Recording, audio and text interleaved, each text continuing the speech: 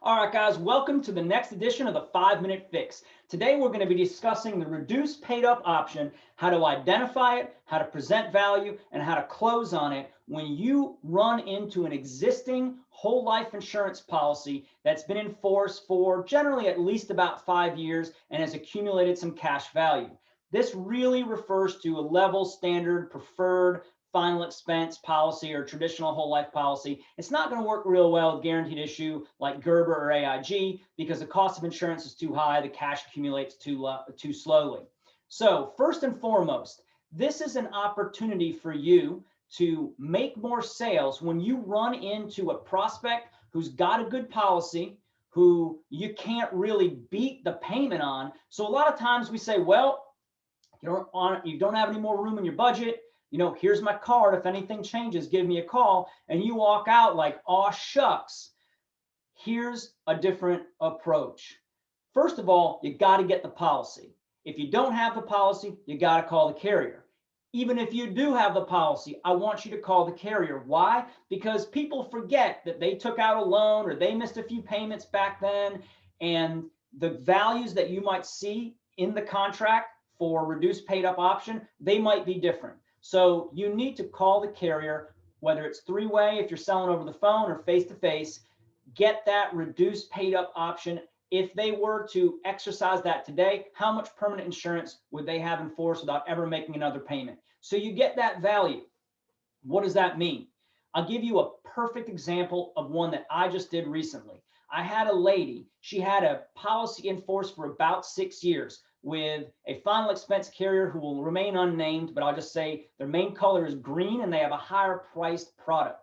Now, the nice thing about the higher priced product is that while the cost of insurance is higher, it does also accumulate cash value reasonably well. So my prospect didn't have a ton of room left in her budget. She was paying $42 a month for $10,000. Now, she wanted ideally $15,000, but she couldn't move a lot in her budget. So I took a look at the policy. We made a call into the carrier and found out that her reduced paid up option was almost $5,000. So what does that mean? It means that if she stopped making a payment today, she could exercise that option and have about $5,000 of permanent coverage forever. So I said, great. What if I could show you a way to actually get your $15,000 of coverage and keep your payment the same? Would that make sense if we could get you approved for that? Absolutely. That's a no-brainer. Huge value. I was able to get her approved for another $10,000 policy for actually less than what she was paying by $1, $41 a month. So now her payment is essentially staying the same, but she's gone from $10,000 of coverage to $15,000 of coverage. Of course, this is a very wheelhouse example. You're not going to run across them every day, but if you're seeing enough people, you're talking to enough people, and for the people that say, I've got coverage, I already have something, I was just seeing if, get that policy. Talk to them about what if I could show you a way to increase your coverage, keep your payment the same by leveraging what you've paid into your original policy. Would that make sense to explore those options? Of course it would.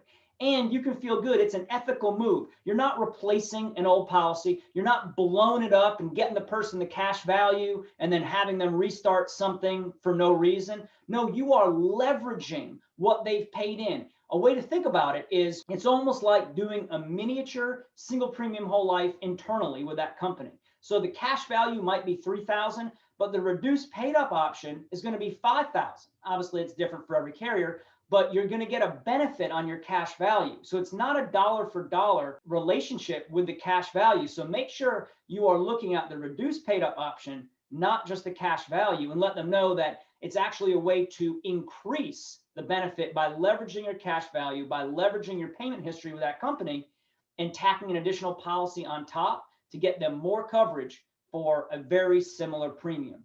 When you present the value like that, and when you show them that, hey, you've done good by paying into this policy. See, sometimes they get that, well, I don't know, I just had it for so long, I don't want to change kind of thing. And you can't get past that. Say, great, you're not changing. We're actually giving you a benefit for your long and perfect payment history with this company.